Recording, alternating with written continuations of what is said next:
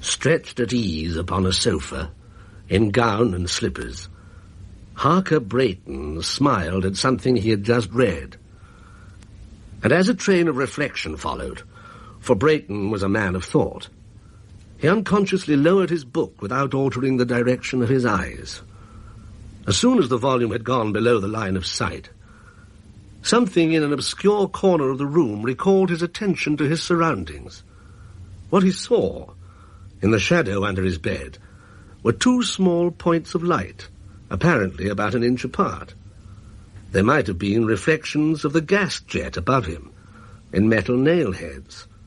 He gave them but little thought, and resumed his reading. A moment later, some impulse, which it did not occur to him to analyze, impelled him to lower the book again, and seek for what he saw before. The points of light were still there. They seemed to have become brighter than before, shining with a greenish lustre, which he had not at first observed.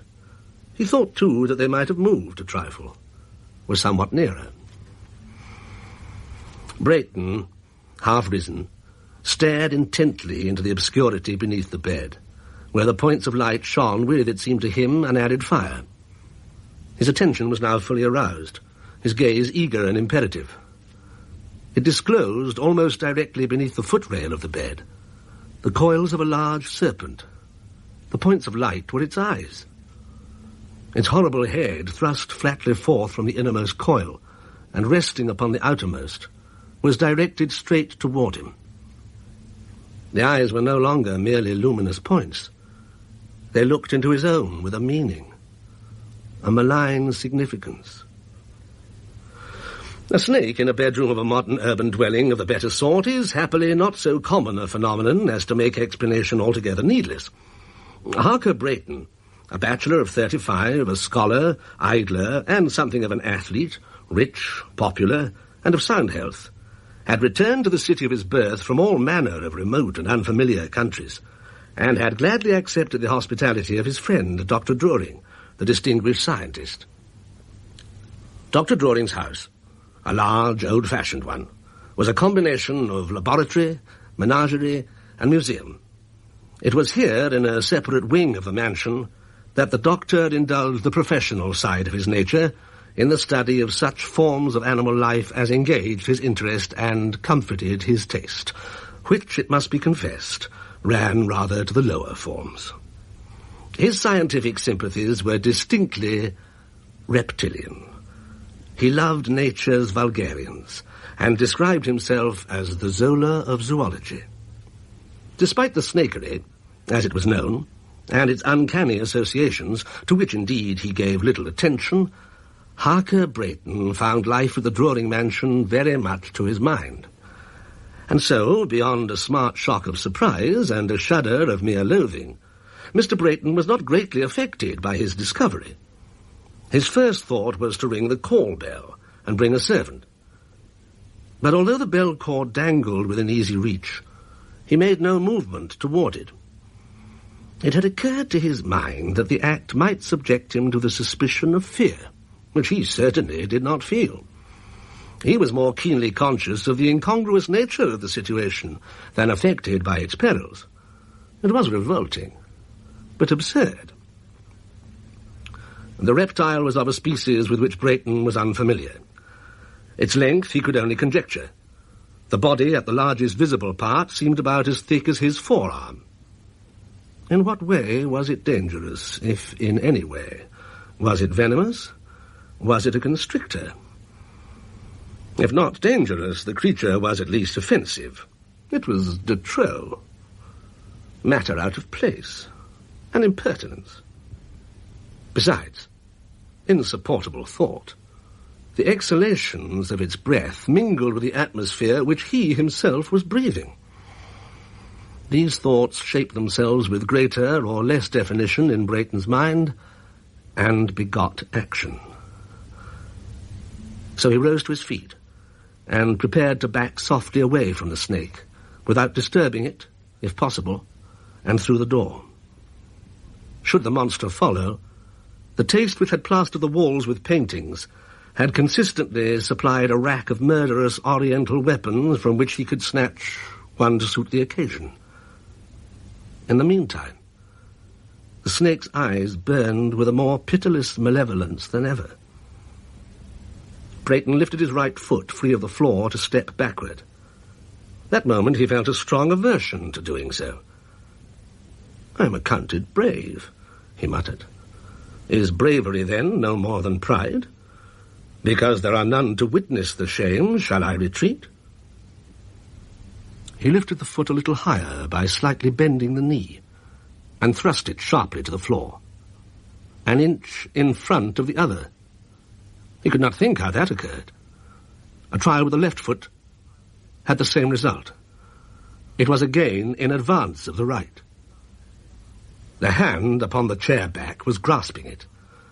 The arm was straight, reaching somewhat backward. One might have seen that he was reluctant to lose his hold. The snake's malignant head was still thrust forth from the inner coil as before, the neck level. It had not moved, but its eyes were now electric sparks, radiating an infinity of luminous needles. The man had an ashy pallor. Again he took a step forward, and another, partly dragging the chair, which, when finally released, fell upon the floor with a crash. The man groaned. The snake made neither sound nor motion, but its eyes were two dazzling suns.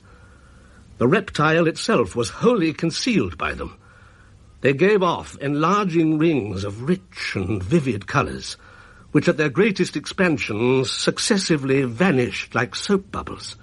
They seemed to approach his very face, and anon were an immeasurable distance away. He heard somewhere the continuous throbbing of a great drum, with desultory bursts of far music inconceivably sweet, like the tones of an Aeolian harp, and thought he stood in the Nile-side reeds, hearing with exalted sense that immortal anthem through the silence of the centuries. The music ceased. Rather, it became, by insensible degrees, the distant roll of a retreating thunderstorm. A landscape, glittering with sun and rain, stretched before him, arched with a vivid rainbow, framing in its giant curve 100 visible cities. In the middle distance, a vast serpent, wearing a crown, reared its head out of its voluminous convolutions and looked at him with his dead mother's eyes. Suddenly this dreamlike landscape seemed to rise swiftly upward, like the drop scene at a theatre, and vanished in a blank. Something struck him a hard blow upon the face and breast. For a moment he was dazed and stunned, and lay with closed eyes, his face against the floor.